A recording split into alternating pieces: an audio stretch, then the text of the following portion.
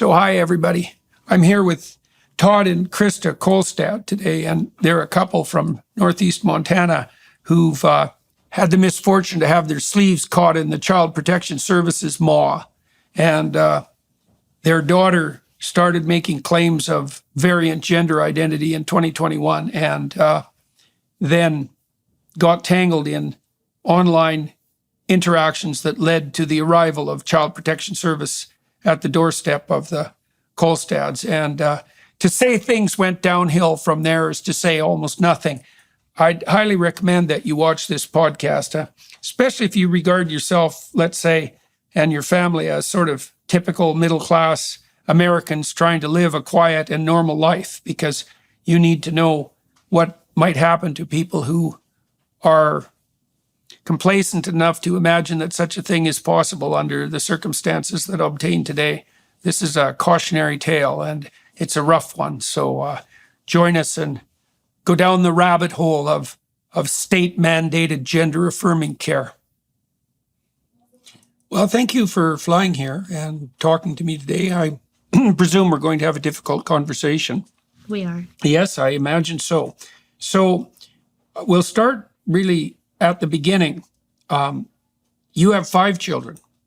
Todd has 5 children. Todd Yes, has 5 children. 5 children. Okay. And how long have you guys been married? We've been married 7 years. Yes. And together about. Okay. Yeah. Now, how are your children doing in general? The oldest daughter is in Canada. She moved away when she was over the age of 18.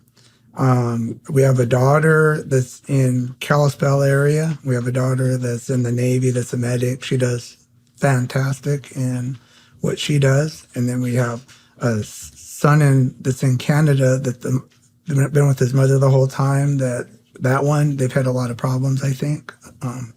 Hopefully he's on track now. And then we have our daughter. We have a daughter, Jennifer, that's been with me her whole life. Every day I went to work, I took her to breakfast every day of her life. For the first few years she was in school, that kind of relationship.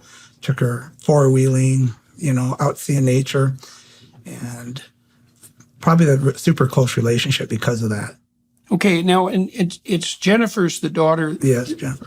That where difficulties emerged in 2021. Mm-hmm. Yes. And you were around then. Yes, I was. Okay, and so what was your view of what was going on with Jennifer in 2021? So in 2021, she was just 12 and a half when the issue started. And, she was a young girl. She had kind of come into puberty. She had struggled with bullying and stuff I came into her life when she was in, I think, 2nd grade. And she'd always been bullied in school. So it's something we've always battled. So in 2021, she was about 12 and a half, and people from the church started saying to us, your daughter is saying that she wants to be called Leo and be referred to as a boy, and she's saying that she's your son while she's at church. And so we sat down with her and we said, hey, what is this about? What's going on here? And she said, well, I think I want to be a boy. And we were like, okay. So I had a conversation with her, and Todd did too. We had a family conversation about, well, why do you feel this way? Do you think it's because you've always been bullied? Do you think it's because you're not in contact with your birth mom? And as a girl, that would probably be very, very heartbreaking. The person that loves you the most has never wanted anything to do with you. And so we went over trauma and losses and things like that. And I was like, how about if we go to counseling and you explore this with a counselor? Because she's not going to listen to her parents. We don't, how it is with younger kids. And anyway, so I knew she wasn't going to take our advice. So we put her in counseling, and we thought we were in a different place. So we really didn't have any more issues with her saying that she wanted to be transgender until the day when all of this kicked off. Yes. Okay, so let's delve into that a little bit. So, Todd, you said that you spent a lot of time with Jennifer. Whole life. Okay, and you also, both of you pointed out that she was bullied in school from a young age. So did she have friends at school, or was she? Very few friends. Okay, and did you have any sense of what it was that was attracting the attention of the bullies? Yes, kind of. Because prior to moving back to where we live now, the problem started at 12, and it was mostly lying, crazy lies. So the school, we met with their counselors there, and they said what the kids are doing to be mean are wrong, but she's bringing it on herself with her actions. So she's partly accountable too. And where we live now, the school is fantastic. The counselors, the principal, the staff is just fantastic. And so she would come home and we'd find out that kids there told her to kill herself. And the school would require them to write a note saying, apologizing. The school apologized, and that's how she was treated. But we would check her status every single day, find out how every single day went with her. We were proactive with the school, and things were really good, with her life other than... Well, so what do you think was going on with regards to the stories she was telling? You made some mention of lying that she was doing at school. And so what do you think was happening with that? It's strange. We wanted that diagnosed. It wouldn't just be lying. It'd be lying about good things and bad things. We didn't know where it would come from. So our only rule with her was you have to tell the truth. And we'd explain to her the importance of telling the truth. So from the standpoint of how we got here, there was never, through these years, there's never been issues of transgender. There hasn't been issues of any of that. It's been lying. That kind of thing. And I think with school, just as a girl, I can say she's always been super, super smart, like always straight A's, off the chart smarts. And I asked them, do you think she could be on the spectrum somewhere? And we're looking at some things going on there, but I've never got a diagnosis. Is she creative? Very, very creative. Yes. You see, the reason I'm asking about that, well, partly it's the lies. I'm curious about that with regards to like an active fantasy life, let's say. But it's also the case that I believe that the kids who are more likely to be attracted by these gender fluid ideologies are likely to be creative, open kids who in some way have a more fluid identity because they're creative. This is attractive to them. And you also portrayed your daughter at school, at least as a bit of an outsider. And so one of the attractions of this gender ideology is that it gives kids who are outsiders and who are uncertain about their identity, a way of being, and also a way of being outstanding and recognized for something new. Now, the school that she was at in 2021, is that the school you were referring to where you believe they were doing a good job? Yes. So where do you think she picked up these ideas about gender transition? Oh, that's easy. TikTok is one. I think there's predators on there that lead kids that are more the outsiders into a specific direction. That's a big one. And then there's other kids already in that boat that are also seduced by those kind of things, so to speak. And so the church was telling us and her counselors that she's running with a lot of those kind of kids, is what we're being told. Well, Right. and we had measures in place. Like she just didn't have free reign of the internet. Like we had apps on that controlled where she could go and stuff. But when she left our house, I know she was going to friends' house who don't have those measures in place. So she's getting access to, social media, even though it's not in our house, she's still getting access to it. Right. And these friends, like, did you have any sense of who they were, what they were like? We met some of them. We tried to help them. They were kids. One of them would walk to a town 15 miles away in the winter without a coat, and we gave him a coat, and we tried to monitor that and monitor how her activities were with them. And it's a very tough balancing line once they hit 12 to... Right. Well, the thing is, kids of that age, they're trying to... The task of a child that age really is to stop being a child and to start associating with their peers, right? And so part of the reason that teenage children are so susceptible to peer pressure is because their job at that age is to become socialized into the world of their peers. And that helps them make the transition from being a dependent child to an independent adult, right? You go from your parents to your friends with your parents in the background, and then hopefully you get through your friends in some ways so that you can become independent and then establish your own family. So the susceptibility of teenagers to peer pressure is not only normative, but also in some ways desirable. But the problem is, of course, that it can go very sideways if the peer group is prone to the sorts of behaviors that won't lead them into a productive and enjoyable adulthood. So so that's a rough situation. And you said you tried to monitor her social media use, but there's a limit to, well, there is a limit to how much you can do about that too, not partly because for all the dangers that are inherent to smartphones and technology, children still have to learn to master it. And so it's not easy to figure out how to have your teenagers be expert in an electronic world without being exposed to all the catastrophes that come along with it. Okay, so now you said that, first of all, your church alerted you to the fact that she was toying with a male identity. Correct. So, and you thought did you see any changes in the way she was presenting herself that had... She's always been a tomboy, never been, my husband owns a tech company, and so she's never been into girly things. She's always been in computers and robots and things like that. She's never been a girly girl. I see. Oh, I see. And so one of the biggest differences between men and women, masculine and feminine temperaments, let's say, is that men are more reliably interested in things and women are more reliably interested in people. But she sounds like she had, at least to some degree, more male pattern interests, say. Now, that's not completely unheard of among women, obviously, either. So the mere fact that occurs doesn't mean that you're born in the wrong body, let's say. But you said she was smart and she's creative and she was interested in, what exactly did you say? Robots and electronics. And with my husband owning a computer company, her and a bunch... the techs all kind of raised their children together. And, they would take turns taking them to school and stuff. So there were about 3 or 4 little girls, and their interests were computers and what their dads were doing and taking apart the computer and learning about the computer. Right. So again, with her being super smart, even with us putting measures in place to try and limit her internet activity, super smart kid would figure out a way around it. So we're always trying to have to kind of get around that. Right. Okay. So now you did sit down with her and you had a conversation about what you had heard at church. And what did she tell you? She started crying. She was very, very upset and very emotional.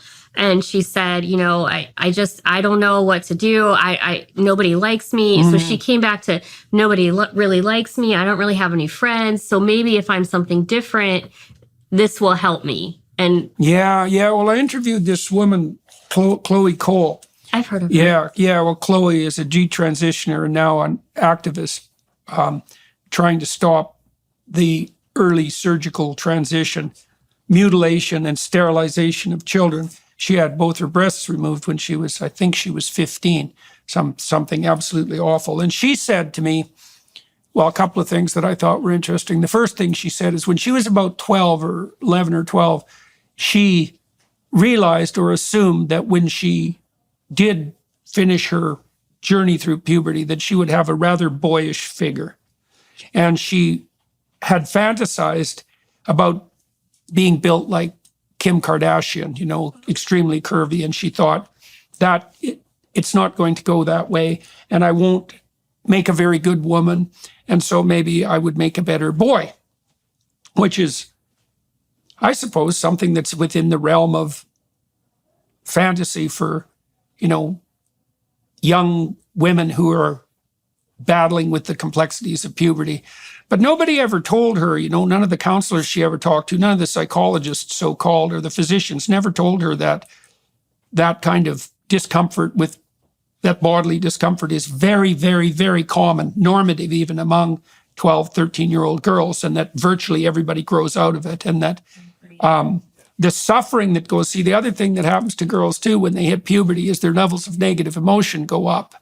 And so that can also confuse them. And your daughter was additionally suffering from the fact, and this is a real problem, of her unpopularity, right? And so she's going to be casting around, looking for a way of being as a teenager that's going to pull her into the social group, right? Yeah. And so I was just going to say, she's always wanted to be like the pretty, ultra popular girl. And I get it. I'm a girl too. Like, who doesn't want that when they're a kid?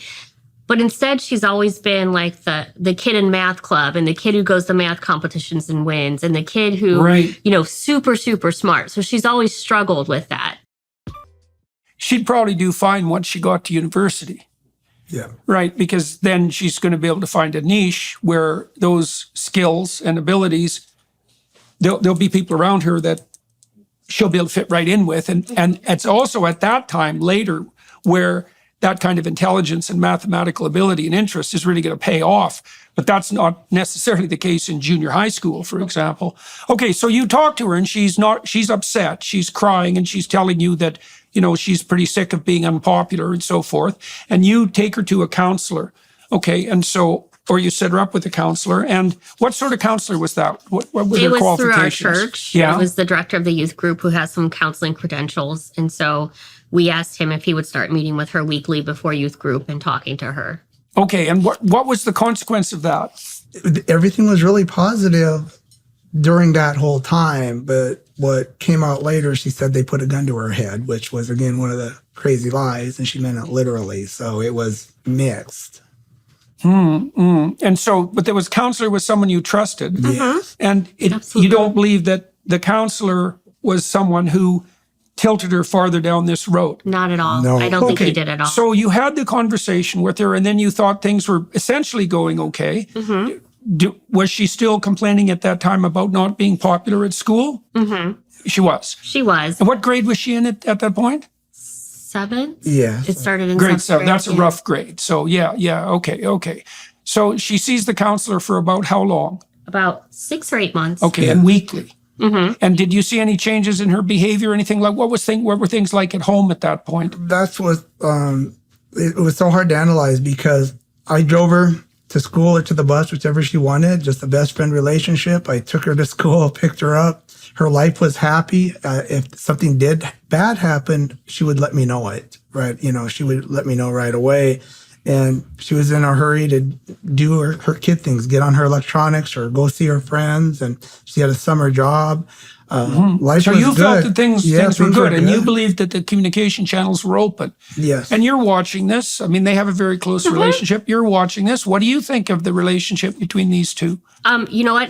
They're very close. She's also very close to me because I'm the only mother figure she's ever known. So she actually calls me mom, even though I'm her stepmom. Yeah. And so we were very, very close with her and very open communication. Definitely. Okay. But again, you have to remember, we also have a child that has behavior problems and has some other attention-seeking behaviors and stuff like that. So even though we were close to her and monitoring her and keeping an eye on her, she still kind of has this other life over here where she, I don't want to say gets in trouble, but she makes up stories and she does things. Then it comes back to her life over here. Well, that's tricky too, because, you actually don't want your children in some ways to share absolutely everything with you when they're teenagers, right? Because they should be parceling off a part of their life that's private. Yeah. I don't mean hidden exactly or secret. That isn't what I mean. But because they're starting to mature, they should have their right to privacy and their right to explore in that private domain. I mean, one of the things we do know about the pathway of childhood development is there are some children who act out all the time, let's say, and they often stay in trouble and get in more trouble as they get older. And then there's children who never do anything wrong at all, and they also get in trouble as they get older. They're more likely to be dependent and depressed and anxious. And then there's the kids in the middle who, will experiment and cause a certain amount of trouble and trying to see where the limits are as teenagers. And that does imply that they parse off a bit of a private life. But as far as you guys were concerned, after you had that initial conversation, while she was undergoing this counseling, things were no worse than they usually were, at least. And some of the signs were good. She had activities. She was going to school. She had a job. She had some interests. And she was still communicating with both of you. That's correct, yes. Absolutely. Okay, and what about her siblings? Were any of her siblings around at that time as well? She's the last one in the house. Yeah. And so 3 of the older girls are kind of busy with their lives, and they call maybe once a week or so. And she hasn't spoken to her brother, who's been with the birth mom in probably 7 or 8 years. They just don't have phone contact. Okay. So in some ways, in your household, at this time, she was in the position of only child. Correct. Okay. She's the only child in the house. Okay. So now, all right. So you're going along, and there's some problems. but they don't sound like they're completely out of the ordinary for, a 13-year-old girl with some trouble socializing. And so what's the next event? And so, well, two things. What do you think's happening at school? Like, was your school a woke school? Was it a reasonable school? Was it still the case that you think that most of the exposure she had to this gender ideology was online? Did the school play a role in this at all? The school played absolutely no role in that. Yeah, we live in a very, very small area.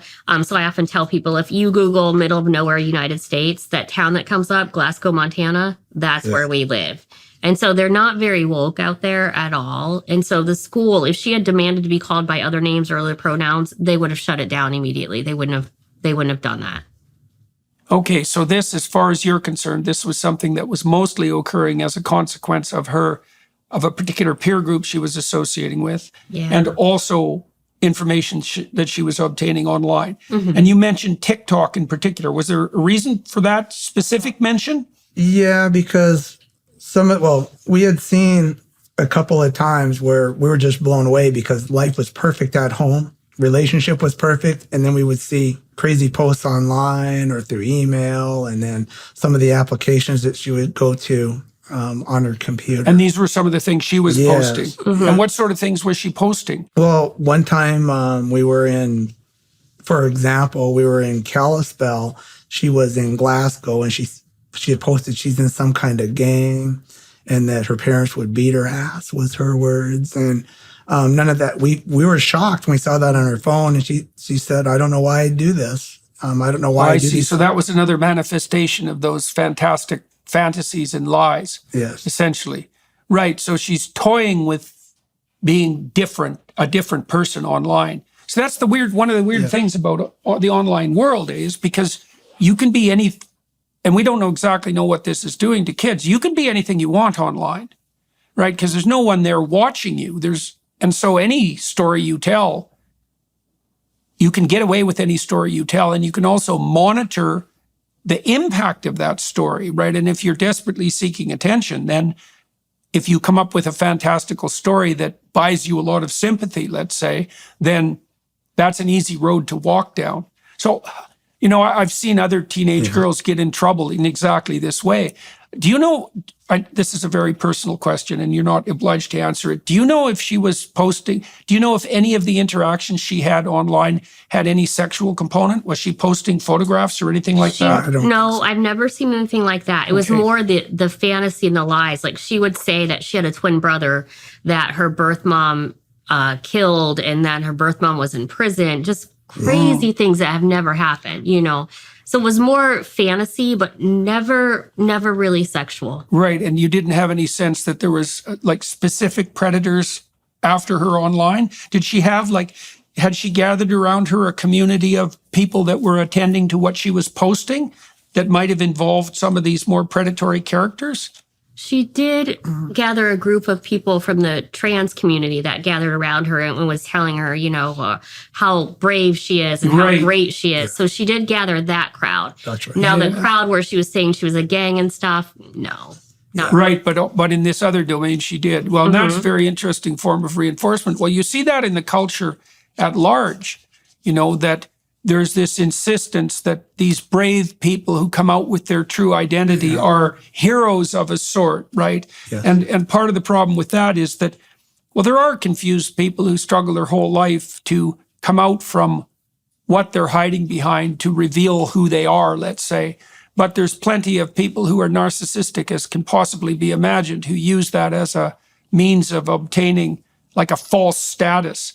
And that's certainly, I would say, something that the Biden administration has been particularly complicit in producing. And so if your daughter is unsure of herself and if she's unpopular and she finds a group of people who are congratulating her on her bravery every time she takes a step in the direction of this revelation of identity, Cleo told me that after a while too, and I know another girl who is in this situation too, is, after a while, after you adopt a new identity like that, say as a boy, and you gather a bit of a community around you, it's pretty damn hard to step backwards, right? Because you feel like you're absolutely. You feel like you're the one girl I'm speaking of, she decided that she was a boy, and then some of her friends afterward as a consequence of her influence, felt they were boys. And then when she decided maybe she wasn't a boy and that was a bad idea, one of the things that she found very difficult was stepping backwards, because now she felt guilty that she had enticed other people down this road, right? So you start to produce these false identities, and they take on a life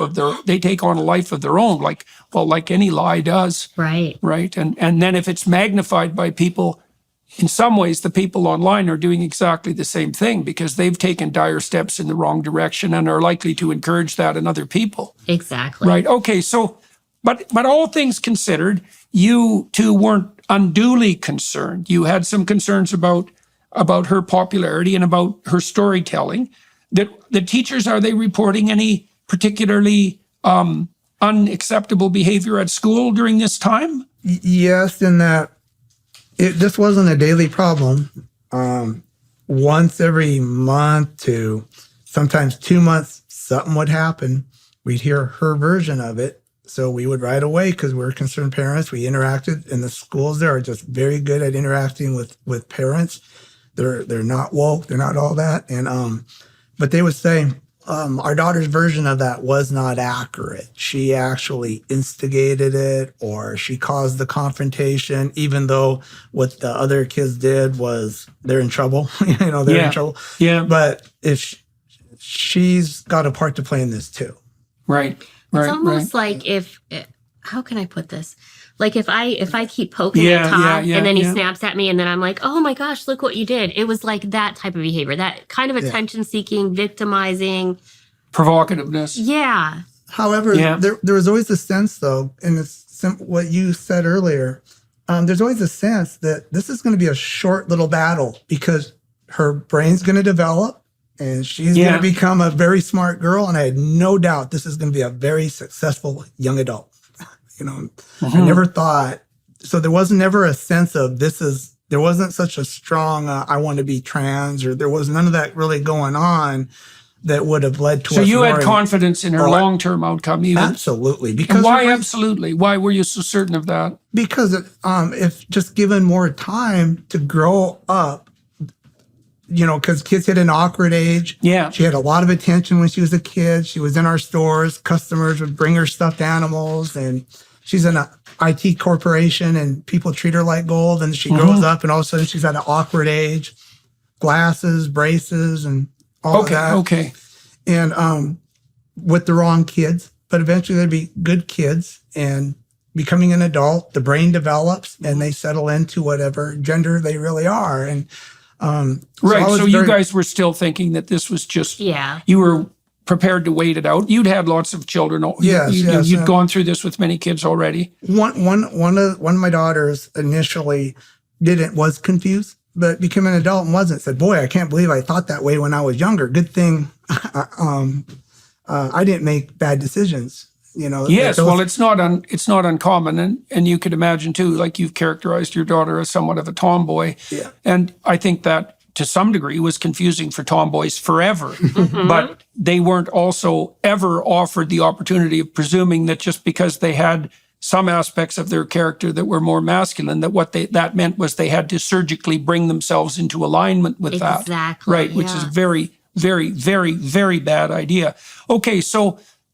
All right, so you're going along with this situation, and you have some concerns, but you believe they'll reconcile themselves in the long run. And then when do things break?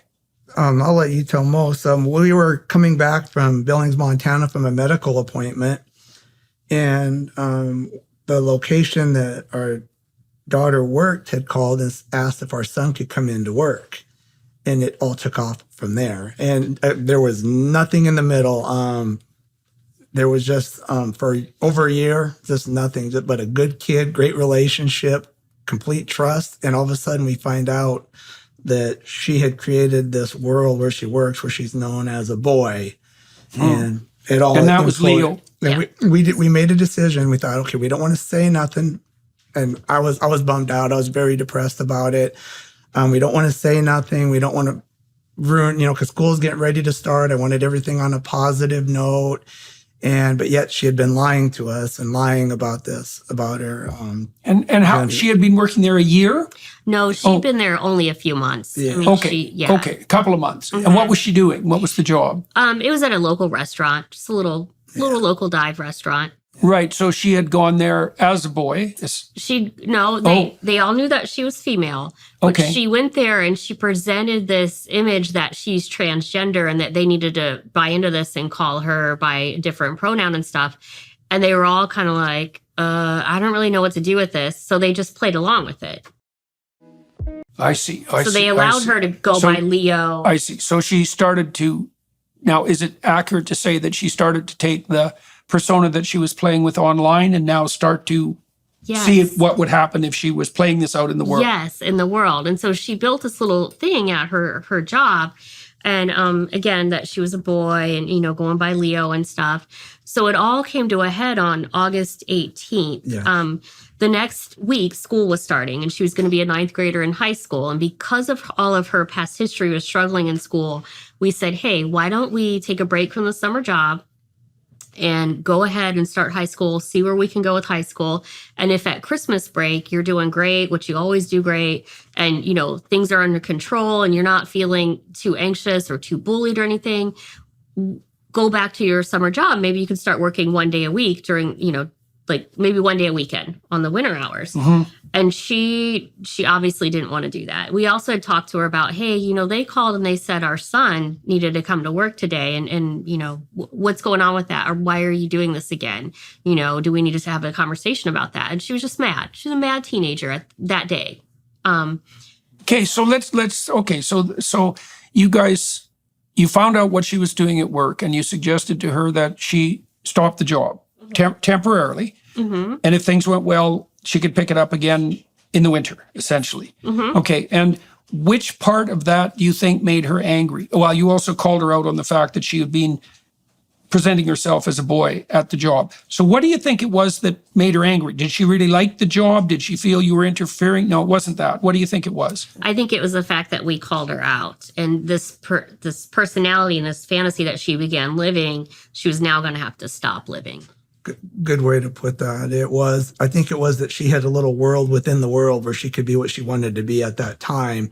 And that was being imploded on her. Right. And instead, she also did not want to start high school. And there were some instances prior to school, and this is just days before school starts, where some of the kids were already being mean, So that's true. We took her to high school orientation, and some of the kids were already at high school orientation being mean to her. I see. And how do you think she was doing at her job in her new identity? I mean, people were playing along with that. Was she being bullied at work? No. No, she did have a couple incidents where some people had said things to her at work and she came home upset. So not necessarily getting bullied, but there were people that were like, you're not a boy. We're not playing along with this. And that's not how when she came home and was upset, that's not what she'd say to us. She'd say, oh, the customers were really mean today, and things like that. Right. But in hindsight and kind of putting it together with her boss now, that's what was going on, is people were like, you're not a boy. What is wrong with you? Why are you acting this way? And she would be very, very upset by the time she got home. Okay, so she's heading back to school and she's going into high school. So that's a big transition. And it looks like there's going to be some continuation of the same trouble. And she's not particularly happy about having had her new fantasy life at work exposed. Now, is there anything else going on at the time what else is happening? She just a strange problem. She started having really, really bad headaches. And she started having vision problems. And we had full medical insurance. We took her in for everything. We're having her eyes constantly checked. She was going through hair loss. She was wanting to wear ball caps all the time. She was having almost like we don't know if they're hallucinations or what you would call it, but there was a combination of those things happening steadily and just terrible headaches. And so that was a concern that we were having. It was adding to the other, behavioral things. And they seem to go in line with that almost. So in hindsight, we found out that one of her friends, who was another 14-year-old girl, was ordering her hormones off of Amazon and having them sent to her house, not ours. and then giving those to our daughter, Jennifer. And what were the hormones and how were those purchasable on Amazon? Do you know? They are purchasable on Amazon, and you don't have to prove that you're 18 or anything. You can just go in and buy them. And they were female to male hormones. I could look it up and send it to you, the exact ones, if you want. But so we found out that after all this happened, that's what was going on at the time, because we couldn't figure it out. I took her to the eye doctor 3 times, and I was like, something must be wrong with her glasses. You know, you must be wrong. She's having these headaches. And they were like, no, we can't find. Was the hair loss noticeable? Mm-hmm. Every one of the things that we said was listed as a side effect, and that's if you're taking the right dosage and you're a teenager. And most likely, when kids are prescribing drugs to kids, what's the odds of them following the prescription if they're in a hurry to try to become something else? You know. So that's what we are afraid of. Jesus, that's brutal. Yeah, because first of all, I had no idea that was such an easy thing to do, and second, you just have absolutely no idea what that might do to her mental health or physical health, generally speaking. Right. And looking back, I could see things like she was acting like more aggressive, like really quick to anger. Yes. You know, her skin, her complexion just went terrible. Like, and I took her to the doctor. I was ordering her Proactive, you know, all these things online, just like, what is going on with this kid's acne? Like, this is not normal for her. So in hindsight, I know it was now those hormones that she had taken herself. Right. We didn't find this out until after CPS had taken her away. Okay, so now she's off to high school. So continue the story. What happens? On August 18th, what had happened is we had the discussion with her about stopping the job and starting high school and starting fresh. And she was very angry with us and very upset with us that day. But even though she was angry, she was coming in and out of the room with us. You know, she'd talk to us and stuff, but then she'd be snippy, you know, and go back to her room. Typical teenager behavior. So it wasn't alarming. So I got a call at exactly 1:48 from our local police department saying that our daughter had made text message comments to another child that she wanted to kill herself and that this was her intention. So I stayed on the phone with the police officer. I walked down the hallway to where she was. Who reported that? I'm sorry. Who reported the text messages? The other child that she made these comments to. The child reported it. Mm-hmm. Do you think the child did that of her own accord? Or was that a plan? Or were their parents involved? Because that's very odd. She only met the child one time at a track meet like 7 or 8 months prior. But she had spun this whole thing with this other little girl that she had terminal cancer and that Todd and I weren't letting her get treatments. So yes, I see. So this was part and parcel of a whole story. Yeah, so I do think that the child reported it because I think the child was like, she's being terribly abused by these awful people. Yeah. So the police officer, like I said, he called. I went down the hallway and I talked to Jennifer, and she was in her room, but the door was open, and I was like, hey, you know, what's going on? The cops are on the phone. Like, what is this about? I've seen other girls spin fantasies like that online and make false reports to other people of abuse in the household, and the social services teams come rampaging in like mad, right? And often the girls who have spun the fantasies, well, they're taken completely aback by the consequences of their actions. But, you know, that's another indication of that bit of tendency towards histrionic behavior, right? Dramatic and histrionic behavior that can produce these sorts of cascading consequences. Okay, so this was reported to the police. Right. And so I stayed on the phone with the officer and I spoke to our daughter. And I told the police officer, I'm like, I think she's just angry at us. She's having a day, and this is something that she's doing to act up and act out for attention. Yeah. And I said, I'm not concerned. If I am concerned, I'll certainly call you back. I'll call an ambulance. I'll do whatever I have to do to make sure that she's safe, you know? And so that was at about 1:48. And then at 7:40 that night is when Children's Services showed up at our house because they said the police officer could not lay eyes on the child or speak to the child directly. Even though he didn't ask. He didn't come over. He didn't ask to see her. He didn't ask for me to hand her the phone. None of that happened. So at this point, And so how many people from child services showed Just up? one lady. Just one lady. And so at this point, we're like, okay, well, this has never happened before, and this is weird. And you're really taken aback when children's Yeah. services, you know. Yeah. Now 'cause you're like, in trouble. Yeah, you're like, what did I do? Oh, you know, yeah. what's going on around here? So Yeah. we were very transparent because our attitude was being transparent. We have nothing to hide. So why not let them look at whatever they want to look at, and then they can go about their day and go on their way. So we gave her a tour of the house. We showed her. What do you think you should have done?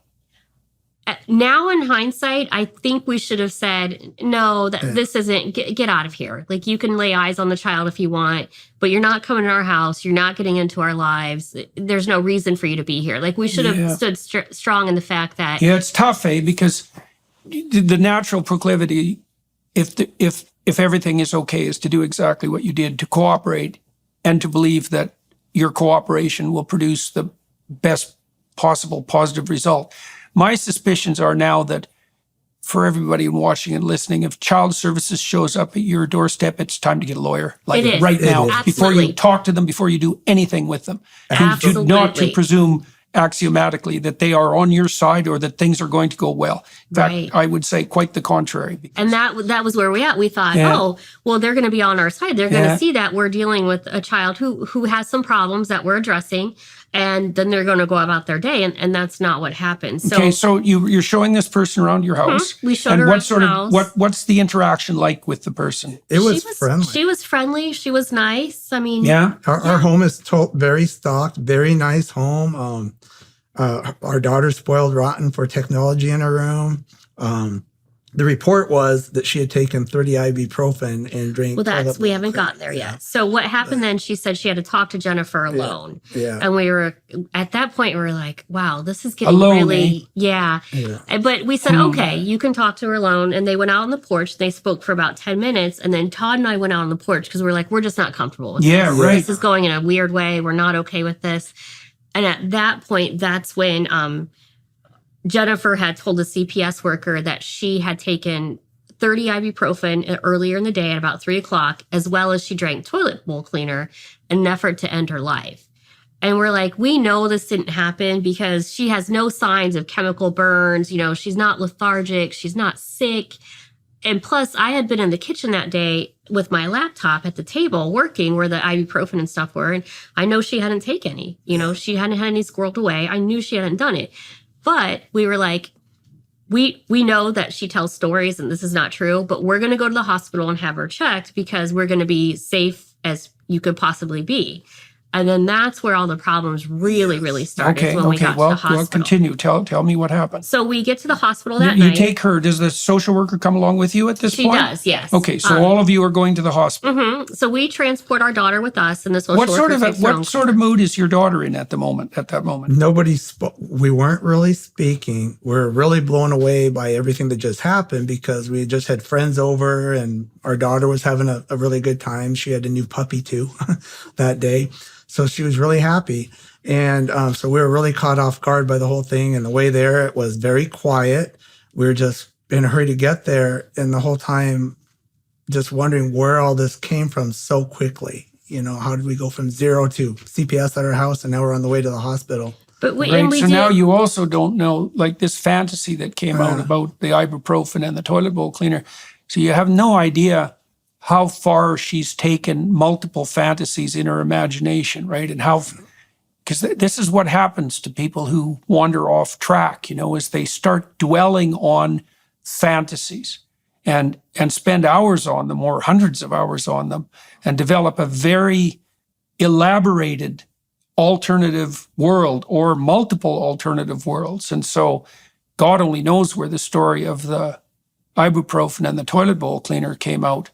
You know, because you made reference earlier to the fact that she had shared some fantasies online with her online crowd, right? About having a twin brother. And like, you just have no idea how much of that dreamlike world she's allowing to occupy her imagination. Right? Because isn't it surprising, Because you say, well, you were having a perfectly, as far as you could tell, a perfectly normal day, a happy day even. She got a new puppy, and yet as soon as she talks to the social worker, there's this immediate fantasy of 40 ibuprofen and toilet. I mean, that's a dramatic fantasy, Yes. right? I mean, Huge. killing yourself is one thing, but killing yourself with ibuprofen and toilet bowl cleaner, that's pretty bloody brutal. Okay, so you're on the way to the hospital. Yep. You don't know what's going on. The social worker is with you. What happens when you get to the So hospital? we get to the hospital and they right away hook her up, EKGs, blood work, the whole gambit. And we're totally fine with that. And right away she says, I'm transgender and my parents don't accept me. And everyone here needs to call me Leo. And the whole room was just kind of like crickets. Like no one really said anything. And so Todd and I stepped up and we said, she's done this in the past. We're not okay So with she this. picked the worst possible moment to announce that. Yes. So, Right, especially to announce the fact that you guys don't accept her. Right, so now she's really playing with fire. Yeah. Like seriously playing with fire. And so our reaction was, she's done this before. Yeah. We're not okay with it. You need to address her by her birth name and, her regular pronouns. And that's what you told the people at the hospital. That's what we told them right off the bat. We Yeah. said, we're not okay with this. You need to just not call her Leo. Her name is, Jennifer. We'd like you to call her Jennifer. That's her birth name. And we all need to get her treated and move on with what needs to be done now, was our attitude. And so And how many people are you telling this to? the whole emergency room crew, there were probably 5 people in the room, plus the social And worker, now, plus do us. you know, did you know then, or do you know in retrospect, how many of them, so to speak, were on your side and how many of them were on your daughter's side? Because, increasingly in institutions, if a child goes into an institution and makes a claim like that, the hospitals, many hospitals now and many organizations are tilted even formally so that they're required to take the side of the child. Correct. And Right. that is what happened. That is Yeah. what happened. That is what happened. Jesus. So we were at the hospital for 5 days. 5 days. Yeah. 5 So we days. knew they said the 3-day hold, when someone tries to commit suicide or says they're going to, then they automatically go on a 3-day hold. And we understood that. And we were like, okay. So the whole time I'm going to the hospital for 5-6 hours a day because her birth mother abandoned her. And even I'm her primary mother figure now. And I don't want her to feel like just because you're acting up and you're being bad, we're going to abandon you. That's not how life works. Yeah, I'm not happy I have to sit down here all day long, but this is the way that life is and family is. So I'm down there every day for 5-6 hours a day. And at this point, the hospital crew totally turns against me. So they start calling her Leo. And when I say, hey, that's not her name, I want you to call her by birth name, I'm getting a lot of rolling their eyes and sighing. Yeah, that's not good. What's That's totally- the best predictor of divorce in married couples who are seeking counseling. Eye rolling. Yeah, well, it's a sign of contempt. It's not good. It's not good. So if that's the sort of response you were getting, that was definitely indicative of the fact that you were now put in the unacceptable mother camp. Absolutely. And so almost right away, there was one aide that sat outside her door because now she's on 24-hour supervision. So she's in a door and the aide sits about like right there in that doorway away from her just to watch her. So Right. So she's getting a lot of attention. a lot of Our attention. daughter's in the middle. Right. And then I'm kind of on the other side of the room there. So right away, the aide starts saying things to her about how this particular aide herself is non-binary and is going to go have top surgery. And Oh, boy. I'm like, hey, you know what? You need to shut this down. Like, this is not okay. So I stayed calm because I felt like they were trying to bait me into a fight. And then they could look and turn around and say, look at how That's these a parents act." typical tactic. Absolutely typical tactic. so- it's part of that provocativeness is right to poke and poke and poke and poke and poke and poke and wait for an explosion and then to say, well, I knew that you were the sort of person who would explode. Right. Yeah, and I felt like definitely. that's what was happening to us. So Todd and I stayed very calm. And then you lose when you stay too calm because then they're like, well, now you're too calm.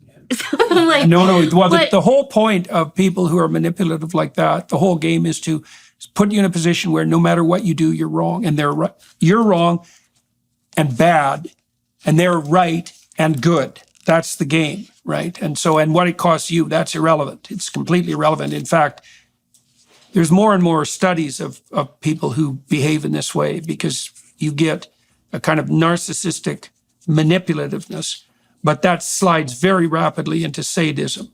And so not only do they want to be right and good at your expense, but if you suffer as a consequence, so much the better. Right. So, and if your daughter happens to have to be dragged along for the ride, well, they're proving their moral okay with that, superiority. yeah. No, they're more than okay with that. That's just part of the fun. So, oh yeah. All right. So now there's 5 days in the hospital. Your daughter's getting a lot of attention. They put an aide in there who's going to be extraordinarily attentive to all of her whims. Right. Correct. There's one thing that's really important here too during this. To me, it's the biggest thing is that right immediately, I've never heard our daughter ever talk about another state before. And there was talk about Wyoming.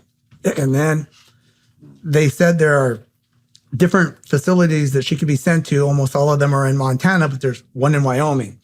But there was almost an unspoken language going on between our daughter And what are the these nurse. facilities that she's going to be sent to? They- And why they does that said emerge she- as a discussion? They said she needed acute psychiatric care because of the statement she was making about killing herself. And we were like, okay. And they said it would be inpatient.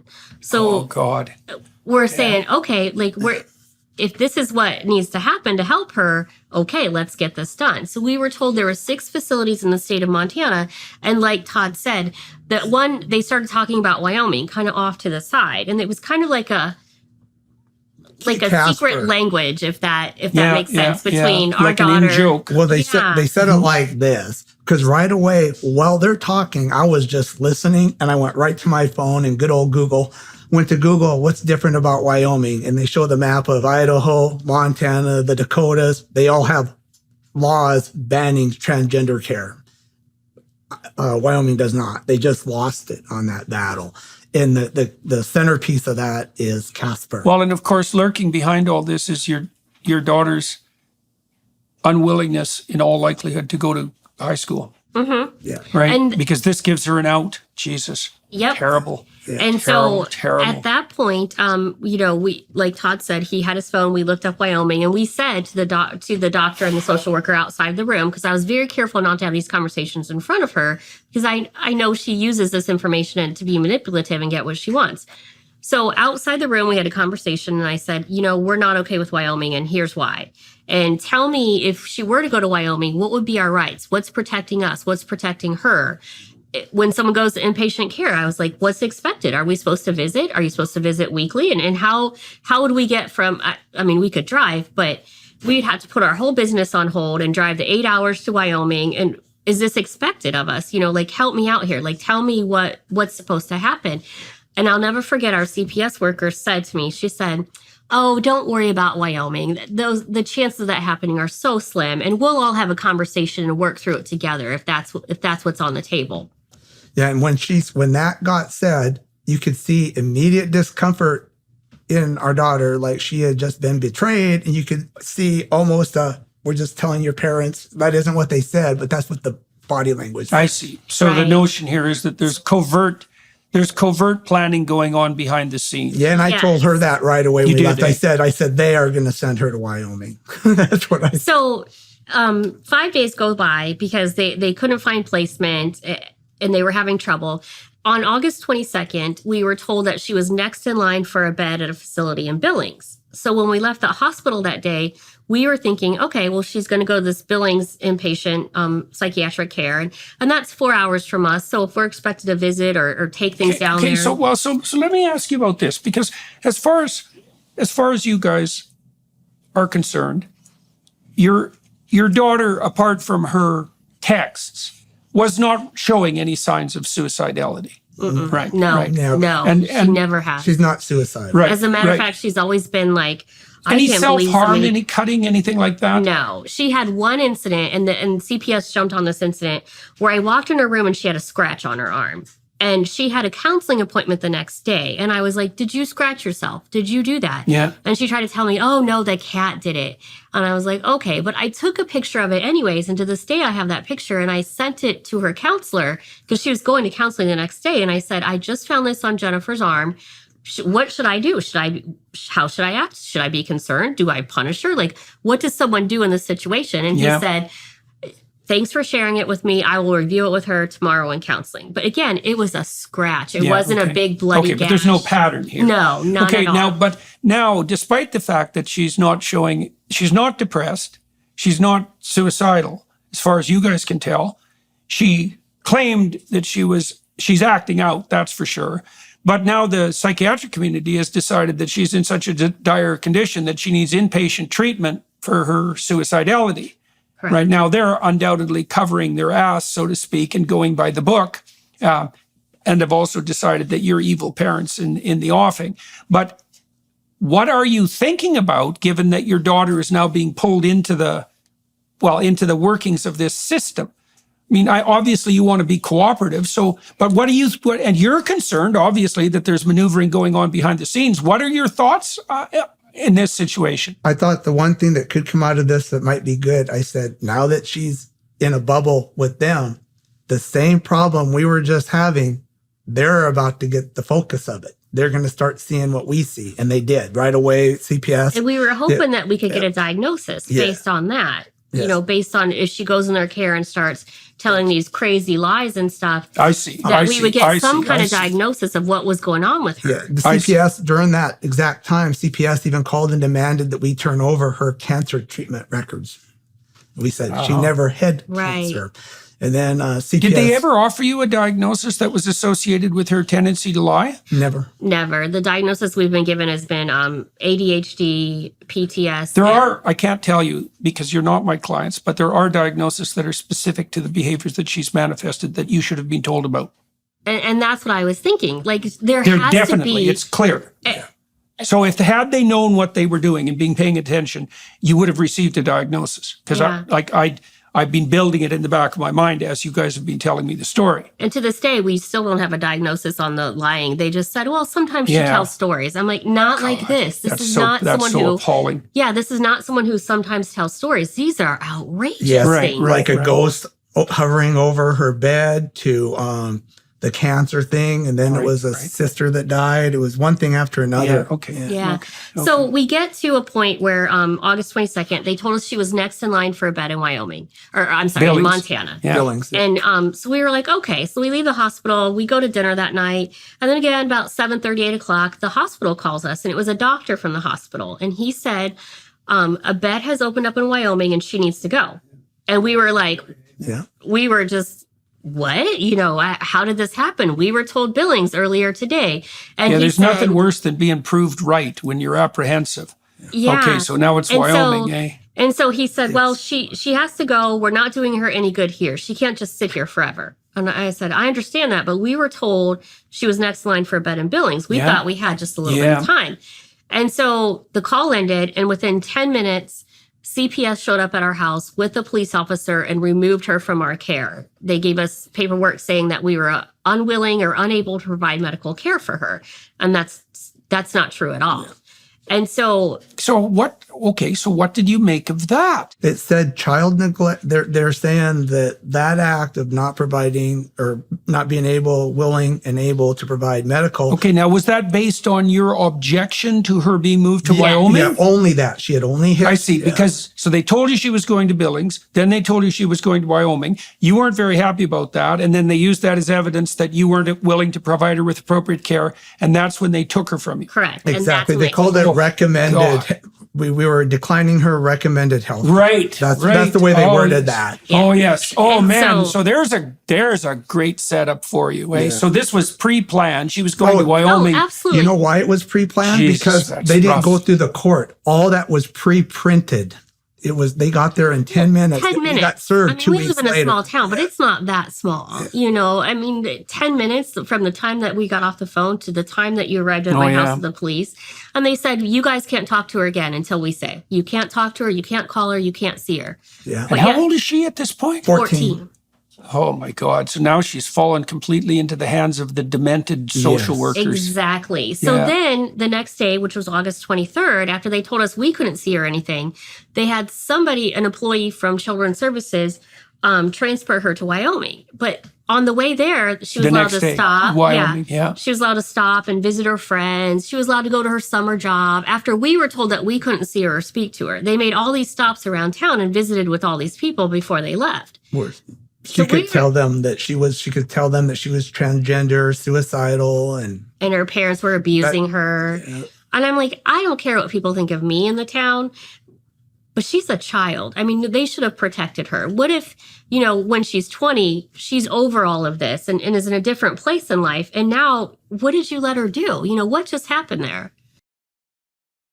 Are you struggling with back taxes or unfiled returns this year? The IRS is actively escalating collections by adding 20,000 new agents. In these challenging times, your best defense is to use Tax Network USA. Along with hiring thousands of new agents and field officers, the IRS has kicked off 2024 by sending over 5 million pay-up letters to those who have unfiled tax returns or balances owed. These guys are not your friends. Don't waive your rights and speak with these agents independently, without backup. Tax Network USA, a trusted tax relief firm, has saved over $1 billion in back taxes for their clients, and they can help you secure the best deal possible. Whether you owe $10,000 or $10 million, they can help. Whether it's business or personal taxes, whether you have the means to pay or are on a fixed income, Tax Network can help resolve your tax burdens once and for all. Seize control of your financial future now, and don't let tax issues overpower you. Contact Tax Network USA for immediate relief and expert guidance. Call 1-800-245-6000 or visit tnusa.com/Peterson. Turn to Tax Network USA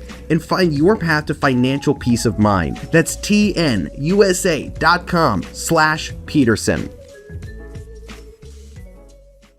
So we were pretty upset about that. So she goes to Wyoming. Yeah, pretty upset. I bet you were. Yeah. How upset? Extremely. They were just burning all of her bridges there. And it's like they were intentionally just burning all the bridges to her family at the So same time. how are you making sense of this? Because They're now, not. We're just totally we're mad, we're upset, we're hurt. Our daughter's just been ripped away from us. Like it was, our whole world was just kind of spinning. Felt like we're up against the devil.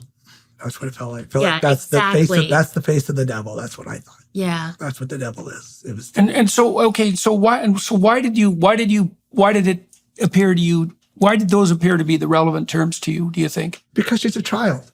She's a child. When I was a child, I could not make any such decisions. I'm glad my mom and dad were there to tell me no. To Yeah, keep and me that's away from particularly those kind true of when you're people. like 13 to 15, boy. If you're able to, you can imagine staking your life on the stupidest decision you made when you were 13. My God, you'd be in Absolutely. such terrible shape. Absolutely. Yeah. And I couldn't believe that they could do these things. That was so. We'd never been involved in this system before. We've never dealt with it. Yeah, well, you were fortunate in that, boy. Once you get your sleeve caught in the child welfare machine, you are in serious trouble. Mm-hmm. Yeah. Now we know. Yeah. Yeah. Well, I can tell. Um, Okay, so now so she's she's- off. Now, so you can see too, they're letting her stop off with all her friends and to say goodbye. They're showing her just how much they are on her side. Yes. Right. So now that's the substitution for the parents. It's like, well, your parents don't care for you. They're abusing you. Look at how nice we are to you. We'll give you everything you could possibly want Exactly. and more. Oh, yeah. One of the attorneys Brutal. involved in our case said a smart thing. He said, they took your daughter and they taught her how to weaponize the system. And now, you've got this super smart kid who has learned that she can get what she wants just by saying a few key words. And what do you think? Since August 18th, those are her keywords. I'll kill myself if you don't let me. Yeah. She has now she knows. So how do you work around that or come back for that? I don't know. But she did go to Wyoming. She was there for a month. While she was in Wyoming, we were given very little information, but we did email them constantly and say things like, we want to make sure she's not being called Leo. We want to make sure you're not letting her live as a boy. We're not okay with Oh, this. yeah. We want to make sure that you're not transitioning her and, no men's products. Because that was another thing. At the first hospital, I started giving her men's hygiene products to use. Even after I was like, no, I'll bring her stuff from home. She doesn't need Old Spice. She needs.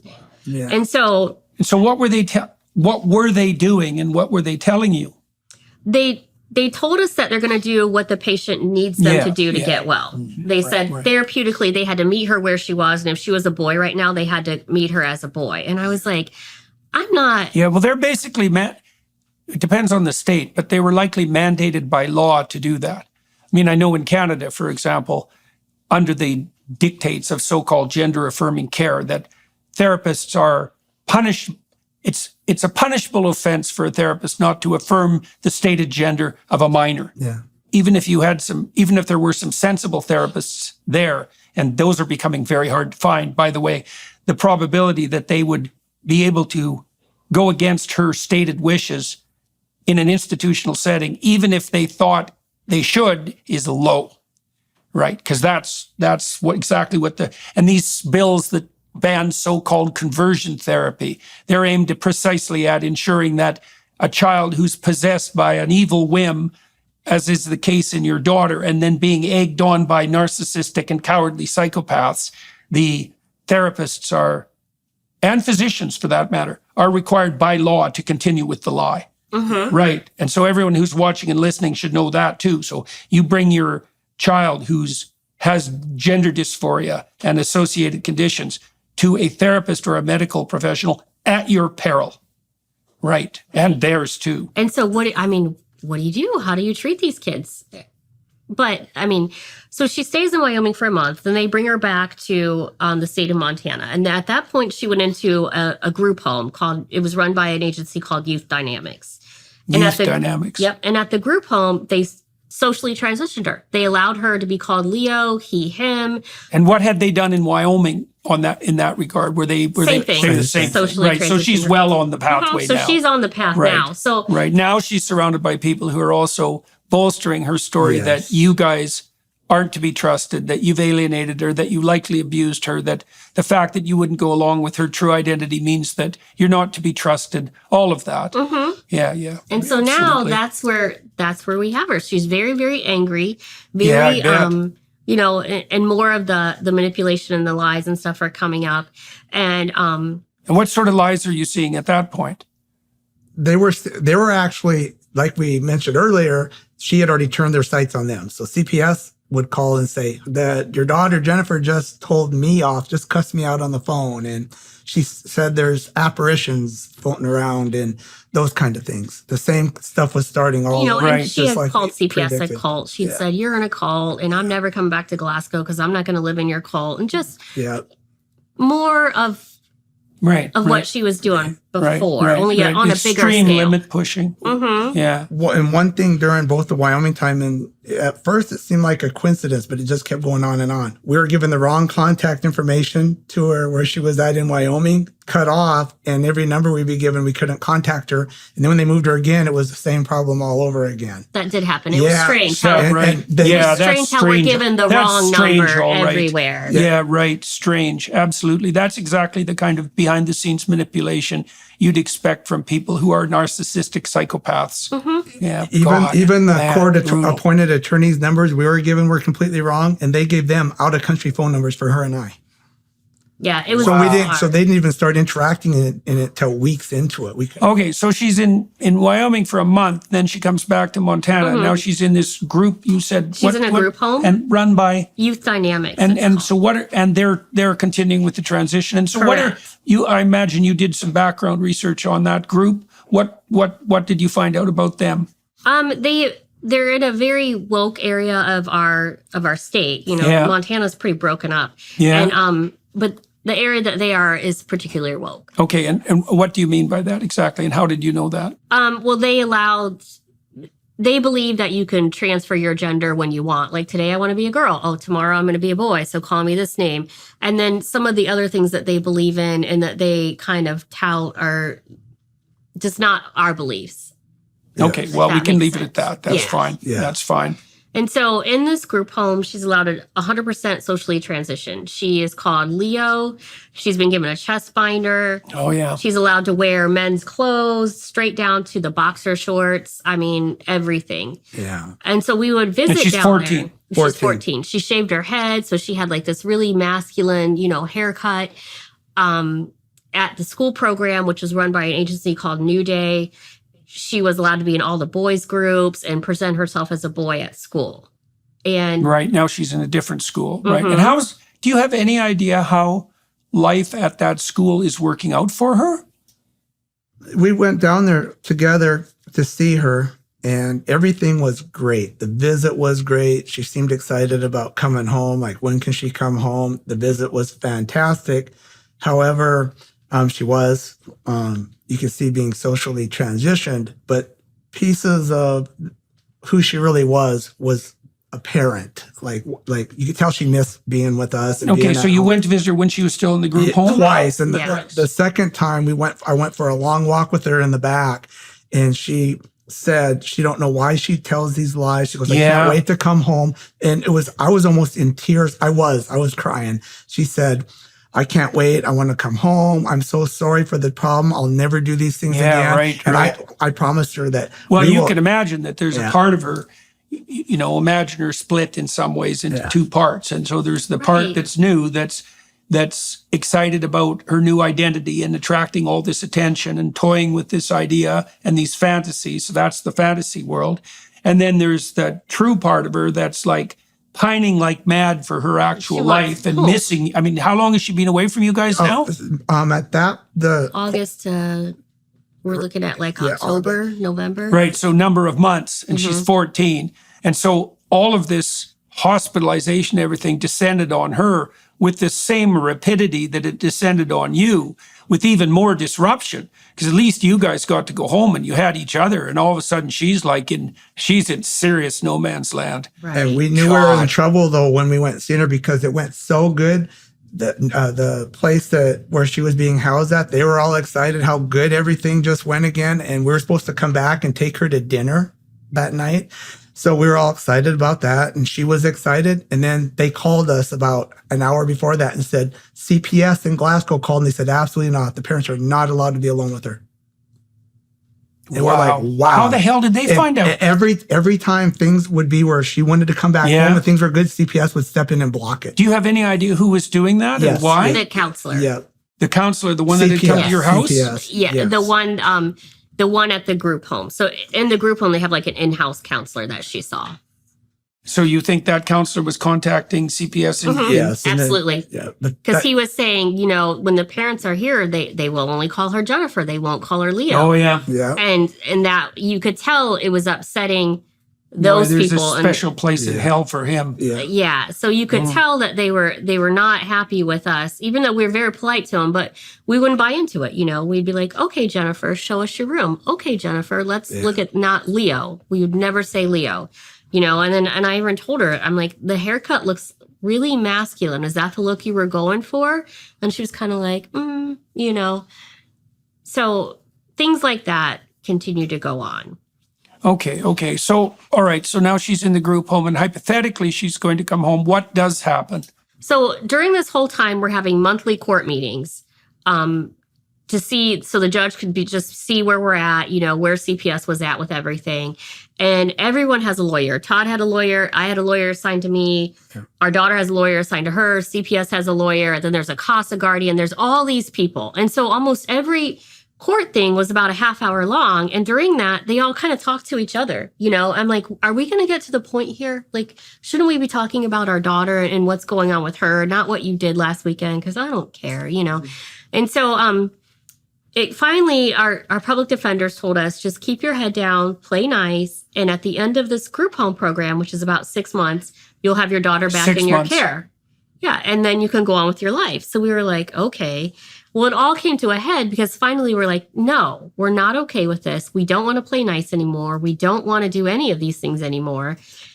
And at that point, this was on January, I believe it was January And the guardian came over. Yeah, the 19th. Well, the guardian came over in October, but on January 19th, basically CPS wanted to step out of the case and place our daughter with her birth mother, who now lives in Canada with her new husband. Probably important not to skip past the guardian coming in October. Yeah. The reason that's important is that's when we knew what the game was. Okay, the guardian. Tell me about the guardian. The guardian ad litem came to our house. It was a very pleasant meeting. She was And who is this guardian? State appointed Yes, guardian state of your appointed. child. yeah, the child. and the Okay, whole she comes meeting- to meet with you. Mm-hmm. Okay. Meeting went great. We sat in the kitchen, visited. Everything was great. Very friendly. Very comfortable with bet. her. And when we were walking out, she stopped and she said, "I need to know what's this going to look like. You having a transgender child. Are you gonna, if you're not gonna agree to call her by her preferred pronouns and raise her as a boy, then you're not going to like what I have to say in court. Yeah, That's what she right. That was her Well, parting words. and So we're- we're after like, So such much an- for the niceness. Yeah. I was Yeah. blown away. Oh yeah, and now I that told, figures. That's just All right. exactly and she even perfect. brought us an article that said how we should be supportive, like we should use the pronouns that she wants. And I was like, no, I said I don't need your article. Yeah, We're good. pamphlets you know? on how to raise a transgender child, the whole bit. No, you guys were no. And- You were either going to go along with the lie or you were going to get like raked over the coals. Yeah. That was the game. So and all the niceness is there just so the people who are doing it don't have to face who they actually are. Yes. Yes. So what happened was we released our video that was 17 minutes long saying, this is what we've gone through with the system. Okay, tell me about that. When did you do that? January Okay, so that was- 17th. Okay, you released it where? I released it on YouTube And Facebook. and Facebook. Okay, and so what made you decide to do that? We had no choice. We're at the end of our line. I see. You I see. transitioned our daughter. I see, You're I see. destroying So our you lives. thought we're just going to make everything transparent and public and we're going to take our chances. Because everything that we've talked about so far, we were not allowed to even breathe a word of in court. Everything that's been said so far, What do you mean you weren't allowed to? anything we would tell the court appointed attorneys what we just told you and what Yeah. we talked about so far, Yeah. and none of it would come out in court. Why? We have no idea. We'd have to sit there and just shut up. They would talk, and none of it would ever come out. How did you control your temper? It was more shock all the time. Oh, yeah. I was see. pinching him under I the see. table. Well, I'm no, the but calm I'm one, and dead I'm serious like about this pinching. I married Yes. well. I married well. That's how Yeah. she keeps me out. But it was hard. Well, It you was- said no. I think your answer is good. That you were so shocked that you didn't actually know what to do. Well- I'm sure that's true. Absolutely. you think this is like being in a movie. Right. And we couldn't believe that they would sit there and say things that were completely the opposite of the truth. And even things we would point out saying, okay, this is a outright lie. You have this completely backwards. And they say, we know it can't be changed though. That was their Wow. For instance, like on the affidavit, they submitted an affidavit to court. And it says, we weren't providing housing, clothing, food, and all this stuff. And we said, hey, you were at our house. And in this report over here that you made says our house was clean, well-stocked, and no dangers. We were told, oh, well, that's a template that we use for affidavits. So Yeah, I just bet it ignore is. that part. Oh, I see. Oh, that's very convenient for you guys. Yeah, but it's listed. It's in Yes, in the so record. Anybody, if you Jeez. saw that, how would you know? I mean, it looks like we're these terrible people who live in squalor and run like a meth den or something, with this poor kid in it. And that's not true at all. Wow. Okay. So you've had enough by January 19th. I bet you've had January 17th. You released a 17-minute video on YouTube. We did. And What do you tell? We What? tell our story. in We very just good tell our taste. story. We don't use any names. None of that at all. Yep. Just- We didn't mention And where anybody's did you name. release it? I put it on YouTube as well as Facebook. On your social media? Yes. I see. So it was just a local thing essentially. And what happened? It started to catch fire, and so that was on 17th. On the 18th, our daughter's attorney filed a motion in court that said they have to take their video down and they're not allowed to talk about anything. Yes. And so this was on the 18th. And so I was like, okay, I see your motion. They emailed it to me. So I was like, I don't know. How serious do I take this? I don't know. So on the 19th, we go to court and the judge For literally- this? Yes, Yeah, for for, the- Oh, so this. it's that fast. 2 Yeah. days later. And so on The the court system can move pretty quickly when they need to. when they want to. But Yeah. before, this is important lead up to, there's plenty of witnesses to this too. And we were told prior to that, the purpose of this is the judge is going to put you in your place. The attorneys said that to us about 8 times. We kept Her hearing- attorney? Our public yeah, they defenders. said they said you've really made this judge mad. She's She's gonna put you in your place. Over You're gonna, and over. Yeah, over and over. She's gonna really come at you. You shouldn't have done that. We're glad you did in one way, guys, but on the other way, you really shouldn't have done that in the video. And so when we got to the court on the 19th, CPS wanted out of the case. They wanted to place Jennifer with her birth mother in Canada.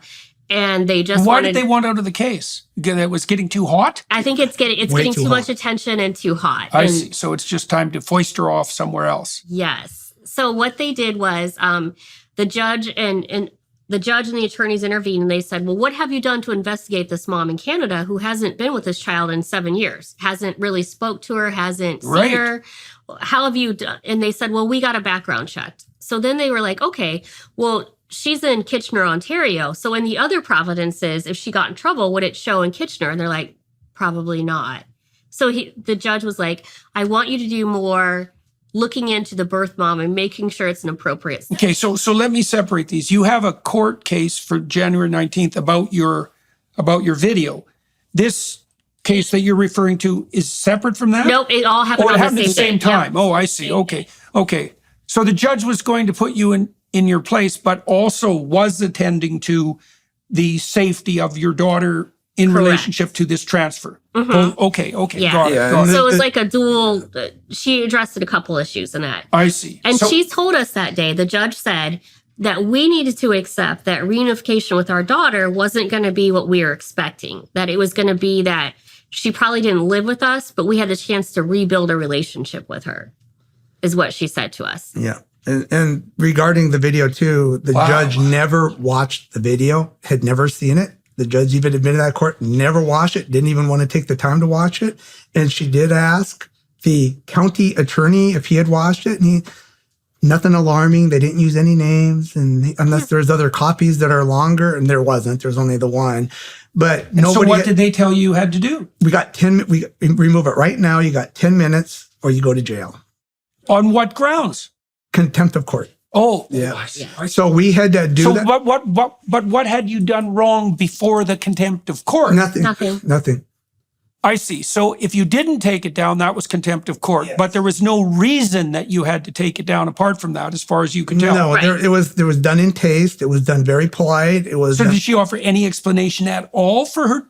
just anger and put us in our place. Nope. Yelled, No, screamed Oh at wow! us. So okay, now She so now screamed you've lost your daughter, and you've been through the social work meat grinder and legal meat grinder, and now you make this public because you actually have the right to freedom of speech, and all you did was tell the truth. And apparently, you annoyed a judge for reasons that you don't understand, and they told you that you either take it down or you're going to go to jail.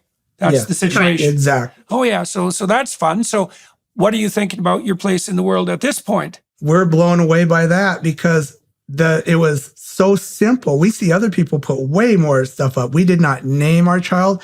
And they also, their attorney, the attorney for our daughter, she's very woke, said, he said he lives in Glasgow. In the video, I said, I'm from Glasgow, Montana. You said you were born there. I said I was born in Glasgow, Montana, and I've lived in Montana much of my life. So that was a big crime, they said. That was a big one, because then everybody can figure out where our daughter's from. So we thought, that's on everybody's Facebook profiles already, right? That's a crime? So we took the video, we did take the video down in the 10 minutes. This is a Friday, and I don't really want to sit in jail over the weekend, which I know was her intent. And so I'm like, okay. So I took the video down, but somebody else had already copied it and released it on Rumble and other places. Sure. And I don't know who did that. Right. So it's just caught fire from there, and that's kind of what landed us here. Yeah. So currently our daughter, who's 14, is in Canada with her birth mom. We have great concerns about that, because I'm not sure if you got to see the letter. So all throughout the girls' lives, we had 3 of the girls in our care when they were minors. And I had them in counseling right away because they told me horror stories about this birth mother and terrible things that supposedly happened. So as soon as I married Todd, I put them all in counseling. One of those counselors wrote a letter stating that if the birth mother wanted to be reunited with Jennifer, that she needed to go through reunification therapy, have visits, all the claims that the kids had made needed to be looked into. So right from the get-go, I gave CPS those letters from that counselor back in 2017, I think it was, maybe 18. And they were like, well, she's not doing that now. And I'm like, well, no, she's not doing that now because she hasn't seen our daughter in 7 years. Yeah. So we don't know. So they didn't care. They don't care. So we don't know what's going on in No, Canada. you definitely had them confused with people who cared. Yeah. Quite the contrary. Yeah, it is. Right. And so that's where she is now.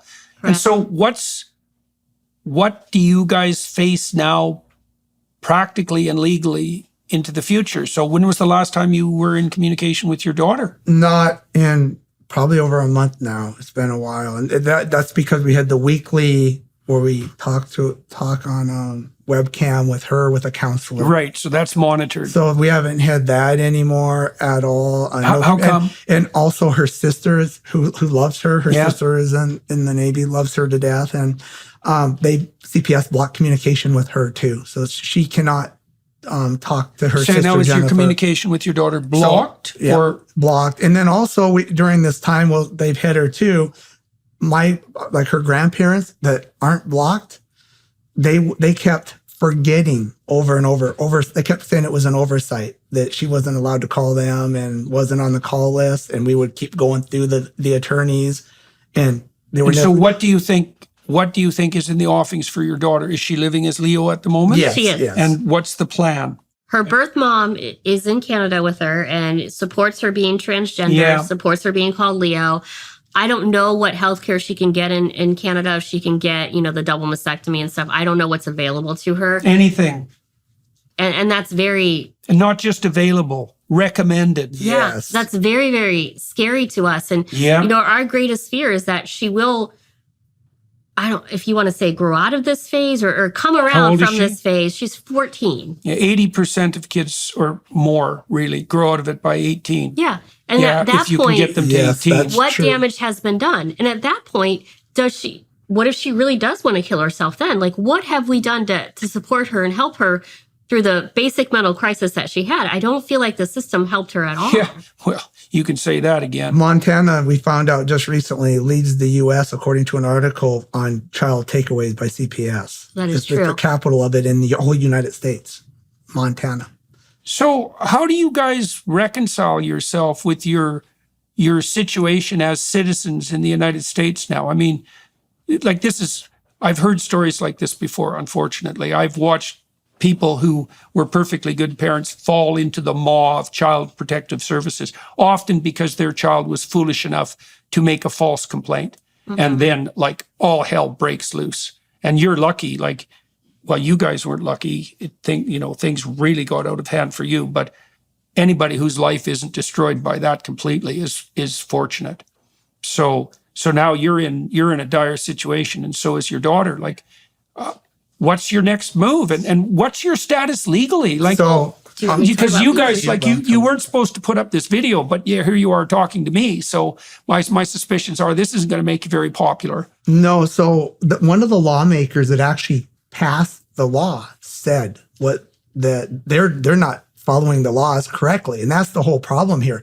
It isn't the lawmakers. The lawmakers have the right laws up, but CPS, and I don't know if woke is the word or whatever the word is to use, that kind of evil, but they're able to just go right around the laws they're going to ban this in Montana. We're going to send her to Wyoming. Yeah. Everything has been that way. And the lawmakers are commenting on our video, the video they made us took down. The people that were commenting on it were the lawmakers from the state. And they're saying, yeah, this is wrong. They're doing this 100% backwards.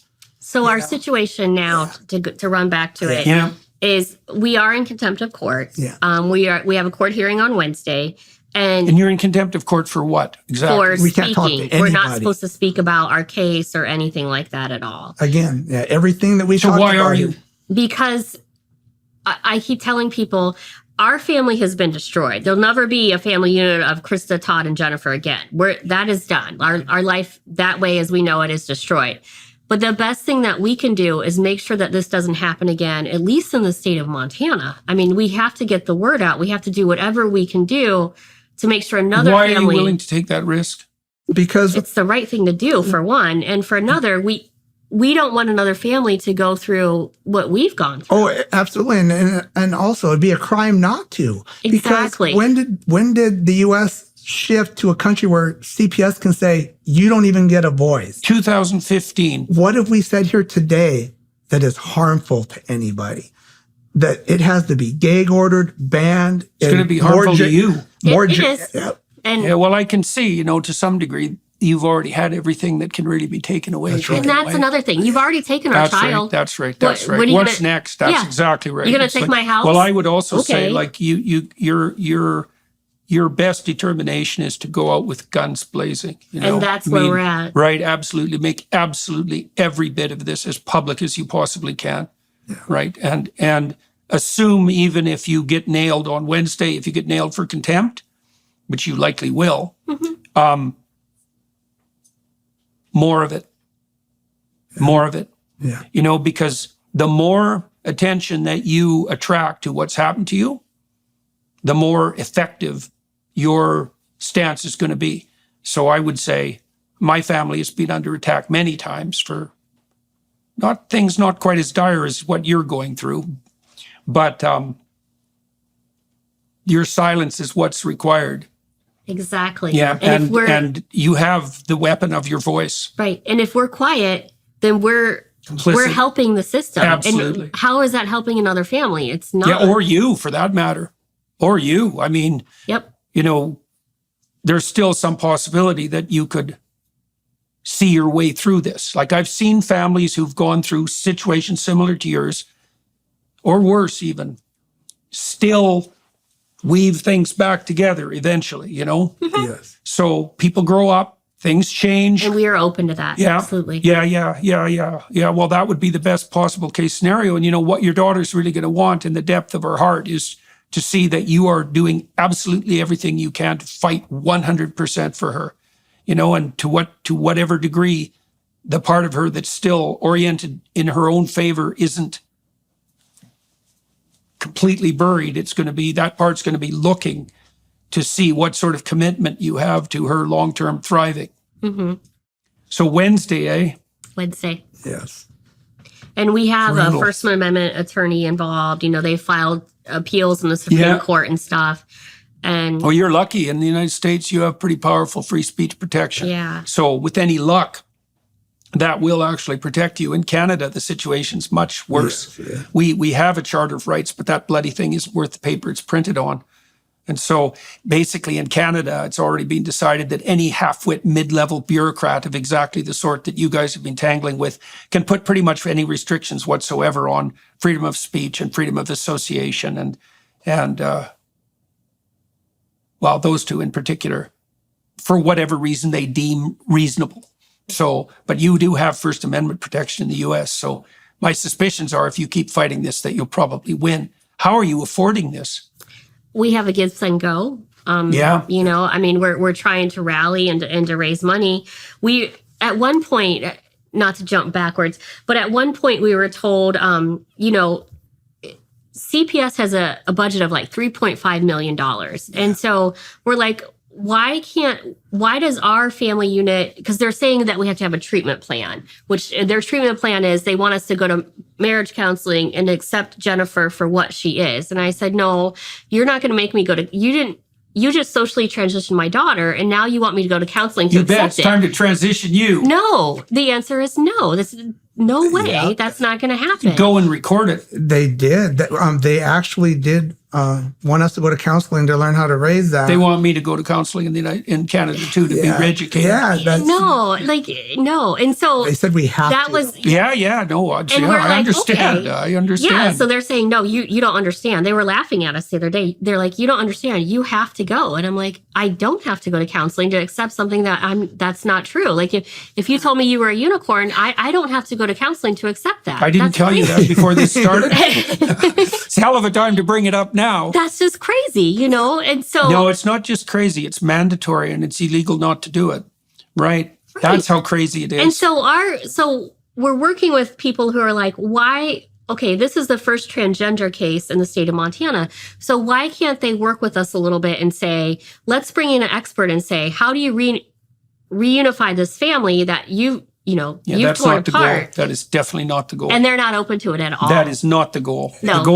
The goal is exactly what happened to you. That was the goal. Right. And the goal is the eventual full transition of your daughter. That is the goal. Yes. For sure.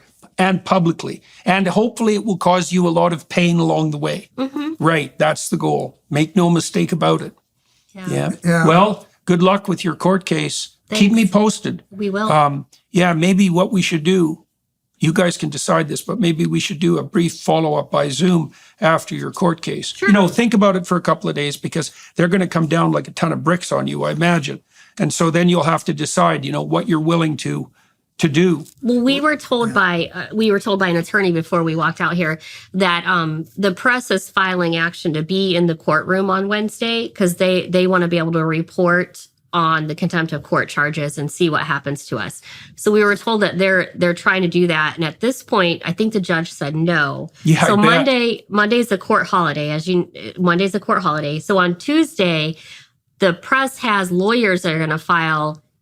Now being a little more persistent, like, no, they have a right for freedom of speech. The press has a right to report on this. You have to let them in. One quick thing though, they're not playing by the same rules though. We have the governor's office making comments about us that are wrong. Yeah. And not only that, you guys are way outside the domain of rules. Yeah, this is no man's land and war.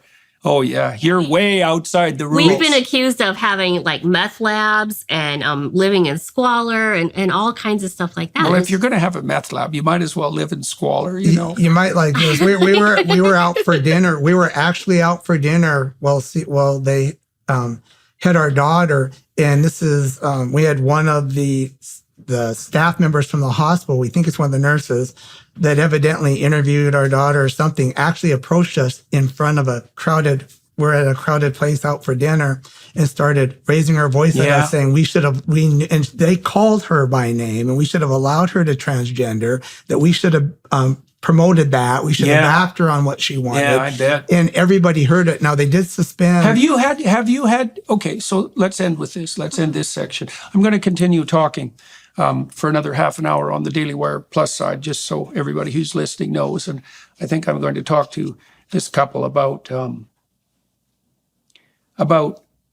their feelings about the country they live in now, I would say, and what's happened to it, because I would like to delve into that to some degree and what they think is going to happen to them in the future. And so join us for that. Okay, so I do have one question for you. Sure. Well, you guys have been under a lot of pressure to admit to the wrongdoing that you've committed, right? The fact that you didn't abide by your daughter's demands, the fact that you're unfit parents as a consequence of that, the fact that now you're doubling down so hard that you're willing to defy the courts. It's like, to what degree have you had periods of time where you wondered whether you were in the wrong? It's happened. Yeah, well, I imagine. I can't imagine. Sometimes daily. Like sometimes I say, gosh, is this worth it? Should we just walk away and go live quietly somewhere? But no, that's not the right thing to do. That doesn't help anyby else. So we're going to keep fighting. It just enables it to get worse and worse and worse. Oh, yeah, it'll get worse. There's hell is a bottomless pit, because no matter how bad it is, there's some stupid something somebody can do to make it worse. And so, this is, well, you've definitely seen a long way into the abyss, but there's many layers below that if you really want to visit them.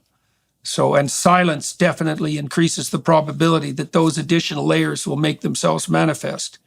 So, I mean, we're already pretty far down the rabbit hole, right? Once we've got to the point where the state can take your child on the grounds of your abuse to mutilate, castrate, and sterilize them, and to claim that that's virtuous, right? That's a long way down the rabbit hole, but there's more distance yet to go. I'm sure. So, brutal.